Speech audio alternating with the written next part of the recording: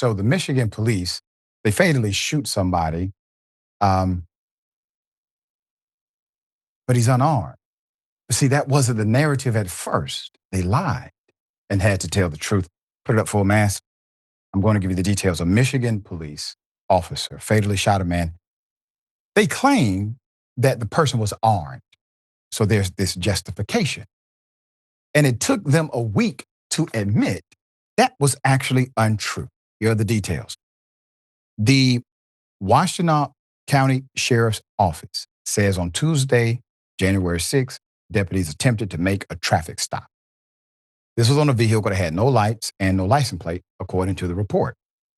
But the vehicle did not stop and a chase began.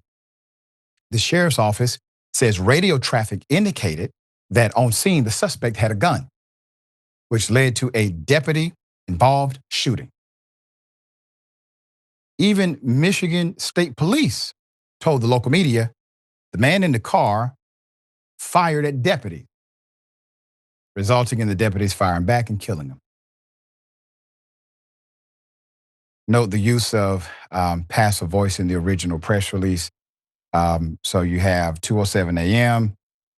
The man was involved in a crash near Prospect and Towner in the city of which one of our deputies' vehicles obviously was located. Shortly after the crash, reports of shots fired were received.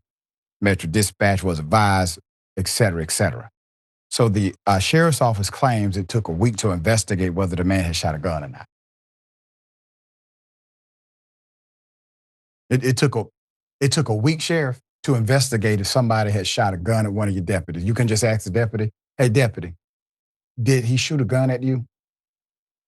It took a week to figure this out. So you all have to be the worst investigators in the country. So you come out with a false narrative. You then get another police agency to back the false narrative. When the false narrative has too many holes in it, it takes you a week to investigate your own false narrative to come to the conclusion that you created a false narrative. Got it. Initial report said the man had a weapon. However, on Tuesday, the sheriff's office said that information, was wrong. The police are not yet releasing any information.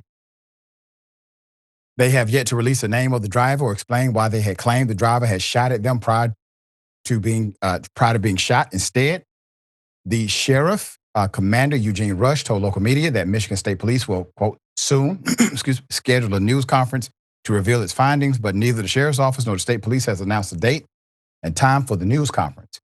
Though they are now claiming transparency, Sheriff Dyer's mission is to create a safe and more just county for all. We want to be transparent to the public. I think the public deserves that. Transparency for our staff and those involved, said the county sheriff's office commander, Eugene Rush. Well, Eugene, you're not giving me the warm and fuzzies about transparency.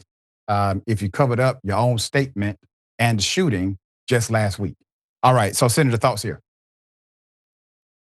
I mean, you hit all the nails on the head. I mean, I think the law enforcement in Mayberry, the fictional town, would have done a better job than this. See, these law enforcement agencies have a pattern, Doc. That's what people got to understand. We're not talking about a one-off.